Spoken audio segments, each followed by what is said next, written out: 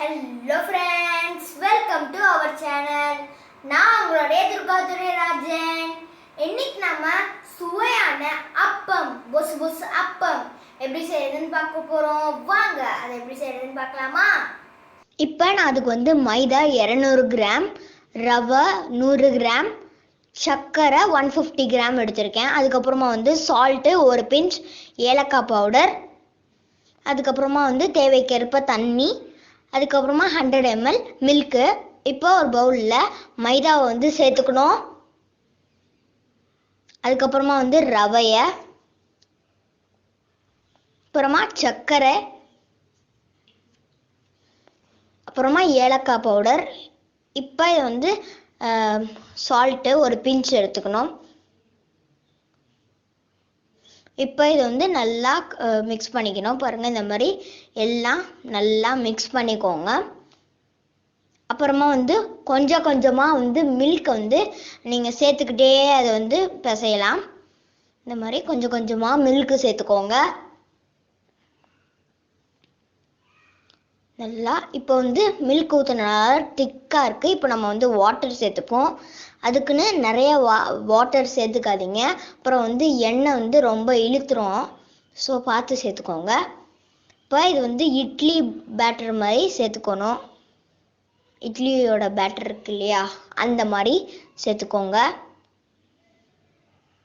நல்லா இதை கலந்து விட்டுக்கோங்க. பாருங்கள், இந்த மாதிரி ஒரு கன்சிஸ்டன்சி எடுத்துக்கலாம். பாருங்கள். ஸோ இதை 20 நிமிஷம் நீங்கள் அப்படியே வச்சுக்கோங்க. 20 minutes later. இப்போ 20 நிமிஷம் ஆச்சு. இப்போ இதை ஊற்றி பார்க்கலாம். அப்போத்தை பாருங்கள், நல்லா இப்போ எண்ணெயில் போட்டாச்சு. எப்படி வந்திருக்குன்னு பார்ப்போம். நல்லா புஃப்னு தாங்க வந்திருக்கு. இப்போ இதை மெல்லமாக அப்படியே திருப்பி போட்டுருங்க. பார்த்து கவனம், எண்ணெய் இருக்குது. ஸோ இப்போ அப்படியே விட்டுற வேண்டியதான். இப்போ ஒரு கோல்டன் ப்ரௌன் கலருக்கு வரும்போது இதை நீங்கள் வெள்ளை எடுத்துட வேண்டியதான்.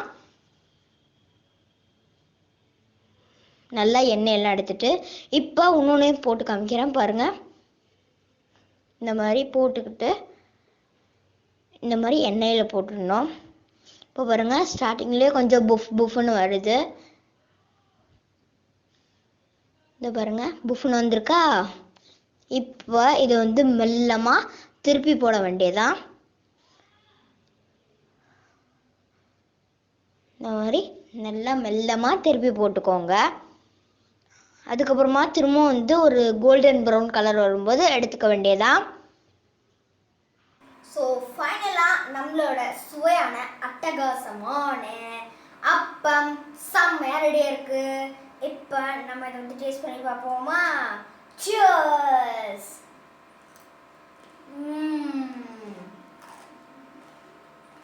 செம்ம சுவையாக இருக்குங்க. கண்டிப்பாக நீங்கள் இதை உங்கள் வீட்டில் ட்ரை பண்ணிவிட்டு எங்ககிட்ட கமெண்ட்ஸில் சொல்லுங்கள். அப்புறமா உங்களுக்கு இந்த வீடியோ பிடிச்சிருந்துச்சுன்னா லைக் பண்ணுங்கள்.